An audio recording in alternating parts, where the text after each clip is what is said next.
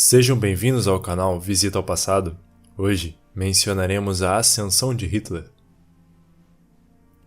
A história de Adolf Hitler na política alemã toma palco na sua filiação ao DAP, o Partido Alemão dos Trabalhadores.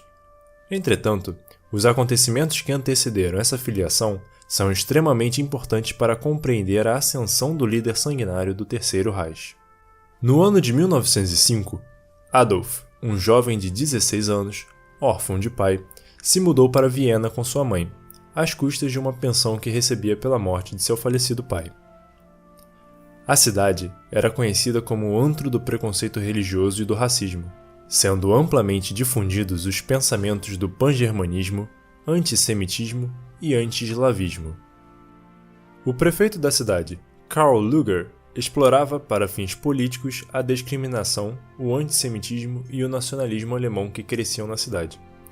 No ano de 1907, sua mãe, Clara Hitler, faleceu devido ao câncer de mama, obrigando Adolf a ir viver em um abrigo para sem-teto, onde viveu até receber o seu último pagamento da pensão pela morte de seu pai, na qual juntou o pouco que tinha em seu nome e resolveu se mudar para Munique, no ano de 1913. No alvorecer da Primeira Guerra Mundial, ano de 1914, já na cidade de Munique, Adolf se apresentou como voluntário para servir no Exército Imperial Alemão, na qual, apesar de se tratar de um cidadão austríaco, foi aceito e designado para se juntar ao 16º Regimento Reserva de Infantaria Bávara. A aceitação de Hitler para o cargo de soldado, mais tarde, se constatou ter ocorrido devido a um erro administrativo publicado em um relatório no ano de 1924. Por não possuir nacionalidade alemã, Adolf não poderia servir no exército imperial alemão. Durante o conflito, atuou na frente ocidental, assumindo a função de mensageiro. Foi ferido na coxa após ser atingido por estilhaços de artilharia em outubro de 1916 durante a Batalha do Somme. E novamente, em outubro de 1918, ao ser exposto ao gás mostarda na linha de frente, causando cegueira temporária. Com o término do conflito, foi condecorado com a Cruz de Ferro de primeira e segunda classe, assim como o distintivo dos feridos. A experiência no campo de batalha foi descrita por ele mesmo mais tarde em seu livro Mein Kampf como a maior das experiências, exaltando seu patriotismo e o tornando um nacionalista apaixonado. A derrota alemã de 1918 foi um choque para Hitler e muitos outros veteranos de guerra, na qual se agarraram em uma lenda formulada no pós-guerra sobre a teoria da punhalada nas costas. Em prática, a chamada sabotagem do esforço de guerra, promovida pelos judeus e socialistas, foi usada como base pelo Marechal Paul von Hindenburg em seu depoimento no dia 18 de novembro de 1919 para a comissão parlamentar que investigava as responsabilidades da então Grande Guerra. Essa teoria eximia os militares do alto comando do Exército Imperial Alemão pela responsabilidade na derrota alemã, usando como base a mobilização executada pelos partidos democráticos e comunistas que levaram à derrubada da monarquia alemã. A lenda da punhalada pelas costas foi extremamente importante para a difusão dos ideais nazistas no período entre as guerras, que passaram a chamar os envolvidos nesse movimento de criminosos de novembro. Com a assinatura do Tratado de Versalhes em junho de 1919, ficou definido, segundo o artigo 231 do tratado, que a Alemanha seria a única responsável por todas as perdas e danos sofridos pela Tríplice Entente durante a guerra. Dessa forma, os alemães foram condenados a pagar uma indenização em reparação aos danos sofridos, como a implosão de minas de carvão, pátios industriais e infraestruturas de algumas cidades. Em janeiro de 1921, o valor desta indenização ficou acordado em 269 bilhões de marcos alemães. Também foram impostas restrições territoriais à Alemanha, perda de suas colônias e sanções econômicas. O Tratado de Versalhes afundou a recém-criada República de Weimar em uma gigantesca crise econômica, social e política, na qual levou à fome e o rancor, juntamente de uma sensação de humilhação e injustiça devido às duras punições para o coração da população alemã.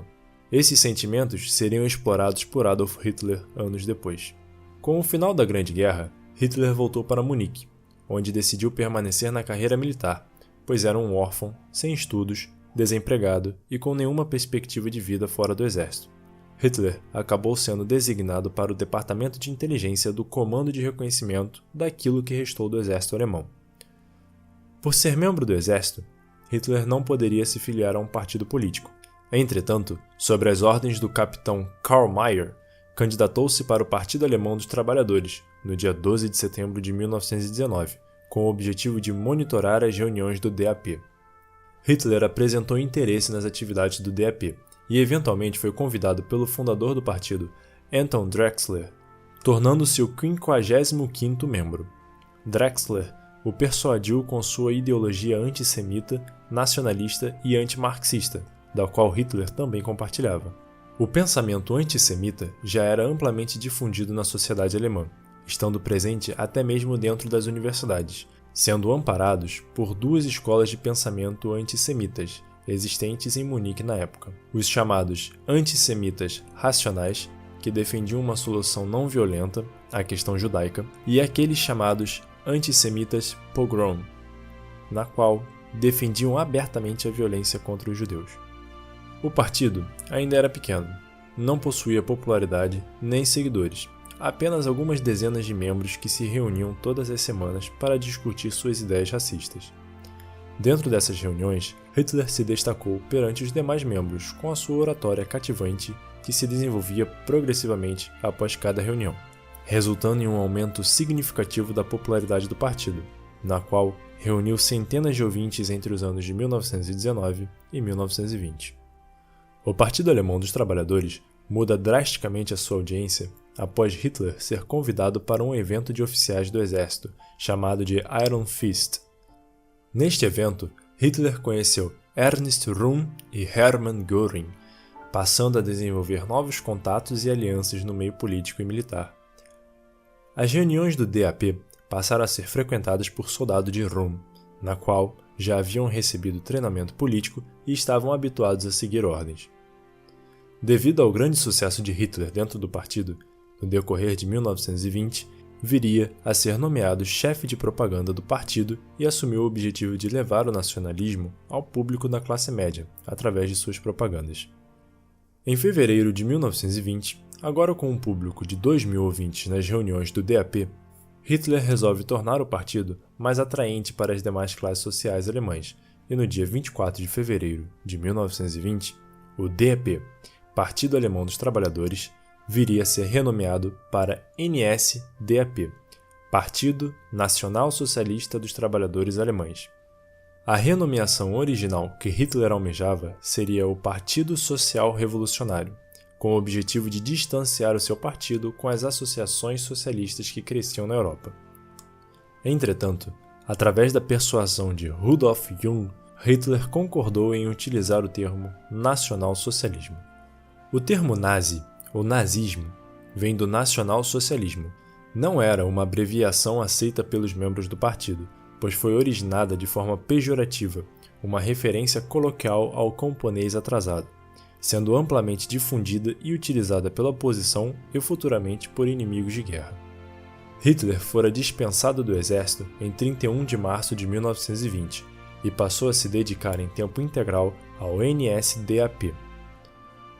Entre os anos de 1920 e 1921, o partido cresceu e ganhou visibilidade e popularidade, assim como Hitler. Em julho de 1921, o partido sofreu um motim interno, que levou Hitler a renunciar sua participação.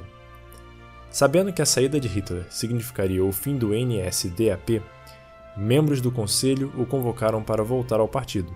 Hitler concordou em voltar, com as condições de assumir total controle sobre o partido e o que os envolvidos no motim fossem expulsos. Suas condições foram aceitas, levando à expulsão de Anton Drexler, fundador do DAP, por uma votação interna de 533 votos contra 1, e a reintegração de Adolf Hitler como líder do partido em 26 de julho de 1921. O número de seguidores começaram a crescer. Logo, o NSDAP estava sendo ouvido por multidões de mais de 6.000 pessoas reunidas em Munique. As reuniões na cervejaria se popularizavam. Os filiados vestiam um uniforme marrom com a bandeira vermelha e uma suástica no meio. Andavam pelas ruas e sacudiam as suas bandeiras. Assim surgia a SA, uma milícia paramilitar que viria a ser comandada por Ernest Röhm, cujo objetivo era realizar pressão política nas ruas e atuar como braço armado do partido, fazendo a proteção das reuniões e dos líderes do NSDAP.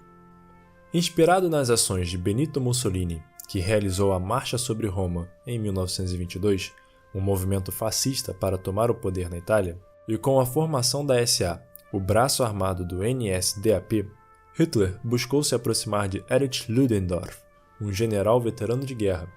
A aliança de Ludendorff tornaria plausível a tomada do poder à força, tal qual Mussolini havia feito em 1922. Dessa forma, no ano de 1923, Hitler e Ludendorff iniciaram uma tentativa de golpe na Baviera, em Munique. Esse golpe ficaria conhecido como o Golpe da Cervejaria, ou o Golpe de Munique. Em 1923, Hitler e Ludendorff buscaram o apoio político do comissário de Estado Gustav von Kahr, o então governador da Baviera. Tinham o objetivo de que von Kahr se juntasse a eles no golpe que planejavam realizar. Entretanto, o governador, junto ao chefe de polícia Hans Heinzer e o general Otto von Lossow, já planejavam executar um golpe de Estado sem a participação de Hitler e o NSDAP. Insatisfeito com a recusa de Gustav von Kahr, Hitler inicia seu golpe no dia 8 de novembro de 1923, em uma cervejaria de Munique, onde von Kahr discursava para aproximadamente 3.000 pessoas. As tropas da SA inicialmente conseguiram tomar o quartel-general do exército da polícia local. Entretanto, as forças de segurança da Baviera decidiram não apoiar o golpe, e no dia 9 de novembro, a SA marchou em direção ao prédio do Ministério da Guerra, com o intuito de derrubar o governo bávaro. As forças de resistência do governo local encontravam-se entrincheiradas no prédio e resistiram ao avanço da SA, abrindo fogo nos membros do NSDAP. 16 membros do partido foram mortos, assim como 4 policiais durante essa tentativa fracassada de golpe. Após o fracasso, Hitler decidiu fugir de Munique, mas fora capturado e preso no dia 11 de novembro de 1923 pelas autoridades locais, sendo acusado de alta traição. Foi julgado em corte popular em fevereiro de 1924 e condenado a 5 anos de prisão no dia 1º de abril de 1924.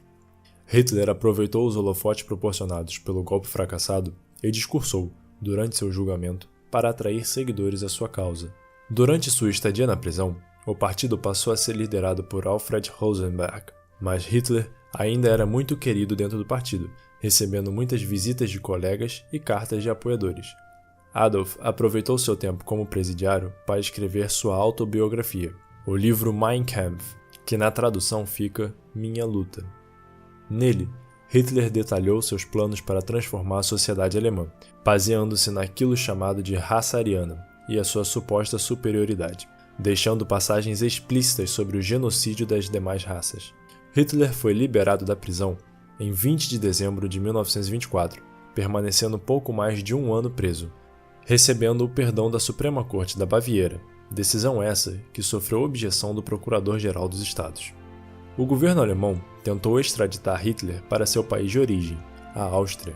Entretanto, o pedido foi negado devido aos seus serviços prestados ao exército imperial alemão entre os anos de 1914 e 1920.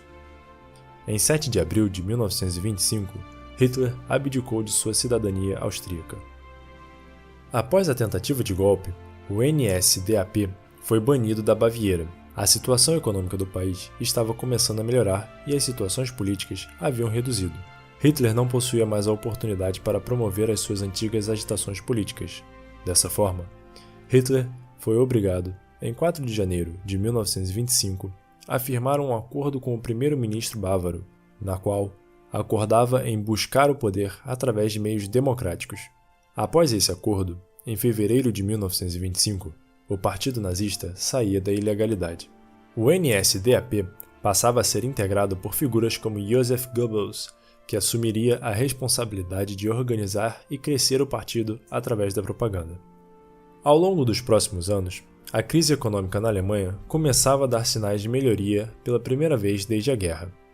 Entretanto, em uma terça-feira, que viria a ser conhecida pelo mundo como a Terça-feira Negra, no dia 29 de outubro de 1929, a Bolsa de Valores dos Estados Unidos quebrou, impactando a economia global. Bancos faliram, empresas fecharam as portas, o desemprego disparou. Essa seria a oportunidade perfeita para Hitler atrair o foco da população alemã novamente para o NSDAP. Com um discurso de repúdio ao Tratado de Versalhes e a promessa de reerguer a economia, trazendo empregos, oportunidades e garantindo a comida na mesa da população alemã, Hitler explodiu de popularidade ao longo de 1930. A república vigente na Alemanha vinha sofrendo grandes pressões populares e políticas da oposição. Através de um referendo popular, a população demonstrou, em sua gigantesca maioria, o interesse em repudiar os pagamentos impostos pelo Tratado de Versalhes. As eleições de setembro de 1930 foram muito importantes para o NSDAP. Foi a primeira grande vitória do partido nas eleições, conquistando 18,3% dos votos e um total de 107 cadeiras no parlamento, tornando-se a segunda maior bancada. Os eleitores do NSDAP concentravam-se nas classes sociais de fazendeiros, veteranos de guerra e trabalhadores da classe média. Apesar da crescente popularidade do partido nazista, Hitler ainda não podia se candidatar a um cargo elegível, pois sua cidadania alemã demorou 7 anos para ser aceita, sendo considerado um cidadão alemão apenas em 25 de fevereiro de 1932, ano este que seriam disputadas as eleições presidenciais. Agora, como um cidadão alemão, Hitler concorreu contra o atual presidente que buscava a reeleição, o general Paul von Hindenburg, um veterano de guerra. Em janeiro de 1932, Hitler conseguiu o apoio de empresários do setor industrial, após um discurso no Clube Industrial Düsseldorf, e formulou o slogan Hitler sobre a Alemanha. Ao final da campanha política, Hitler conquistou um total de 13,4 milhões de votos, conquistando 36% dos votos válidos em sua primeira corrida eleitoral. Isso não lhe garantiu a vitória, ficando em segundo lugar, perdendo para von Hindenburg. Entretanto, após esses resultados, Hitler se consolidou como uma figura imponente na política alemã. Apesar de ganhar as eleições através do voto popular, Hindenburg não possuía apoio político e precisou governar através de decretos presidenciais. Com o parlamento à beira do colapso, políticos e empresários influentes escreveram uma carta a Hindenburg no ano de 1932, sugerindo a nomeação de Hitler para o cargo de chanceler, uma espécie de chefe do governo. Sob pressão popular e política, vindas principalmente do Partido Nazista e do Partido Popular Nacional Alemão, no dia 30 de janeiro de 1933, o NSDAP recebeu 3 cargos extremamente importantes. Hitler foi nomeado chanceler, Wilhelm Frick, ministro do interior da Alemanha, e Hermann Göring, ministro do interior da Prússia. Esses 3 cargos nas mãos do NSDAP daria a Hitler o controle total das forças de segurança alemã. A oposição da esquerda alemã não conseguia entrar em consenso e se unificar para criar uma coalizão. Com o agravante das tensões políticas, Hitler pediu ao presidente Hindenburg que dissolvesse o parlamento e convocasse novas eleições em março de 1933. No dia 27 de fevereiro de 1933, ocorreu um incêndio no prédio do parlamento alemão, que resultou na prisão do holandês Marinus van der Lubbe, um jovem filiado à organização de extrema esquerda e acusado de iniciar diversos incêndios em Berlim. Van der Lubbe foi preso dentro do parlamento, pouco depois do início do incêndio. Foi acusado e condenado à morte pelo crime no parlamento. Alguns historiadores divergem sobre o atentado. O historiador britânico Ian Kershaw considera a possibilidade de van der Lubbe ter sido o autor do incêndio.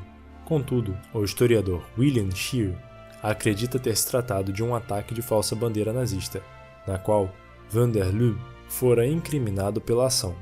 No dia seguinte do atentado, o presidente Hindenburg assinou, após grande insistência de Hitler, o decreto que ficaria conhecido como o Decreto do Incêndio, no dia 28 de fevereiro de 1933. Este decreto suspendia diversos direitos civis, permitindo que o governo executasse prisões sem o uso de mandatos judiciais. Por consequência, as atividades do Partido Comunista Alemão foram postas na ilegalidade e mais de 4.000 comunistas foram presos. A aplicação do decreto se tornava legal através do artigo 48 da Constituição de Weimar, na qual o presidente possuía poderes emergenciais para proteger a população e manter a ordem. A SA, Força Paramilitar do NSDAP, passou a propagar violência nas ruas e perseguir comunistas dias anteriores às eleições de março, que foram agendadas para o dia 6 de março de 1933. Nesta eleição parlamentar, o NSDAP conseguiu 43,9% dos votos válidos, um total de 17,2 milhões, tornando-se o maior partido dentro do parlamento, com 288 cadeiras. Entretanto, ainda não seria o suficiente para consolidar um governo majoritário. Para conquistar o poder absoluto, Hitler abriu uma nova votação no parlamento para aprovar a chamada Lei Habilitante, de 1933. Essa lei garantiria a Hitler e seu gabinete o poder de aprovar leis sem o consentimento do parlamento, por um período de 4 anos. A lei possui a necessidade de aprovação de 2/3 do parlamento para entrar em vigor.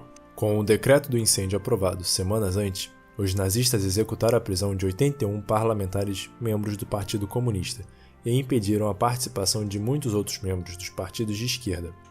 Durante a votação, a Força Paramilitar do NSDAP realizou uma operação de segurança no entorno do parlamento, reprimindo opositores que protestavam contra a lei habilitante. No final da votação, a lei foi aprovada com 441 votos contra 84, com todos os partidos participantes, com exceção dos sociais-democratas, votando a favor.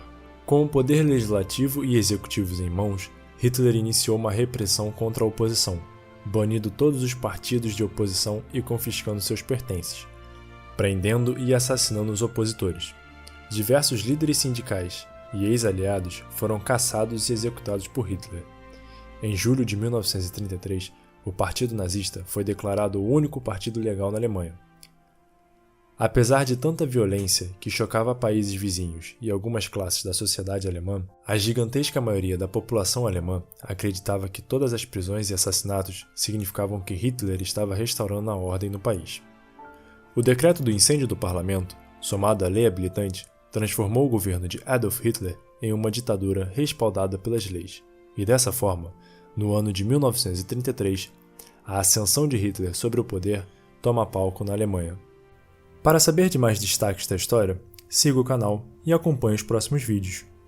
Um abraço e até a próxima!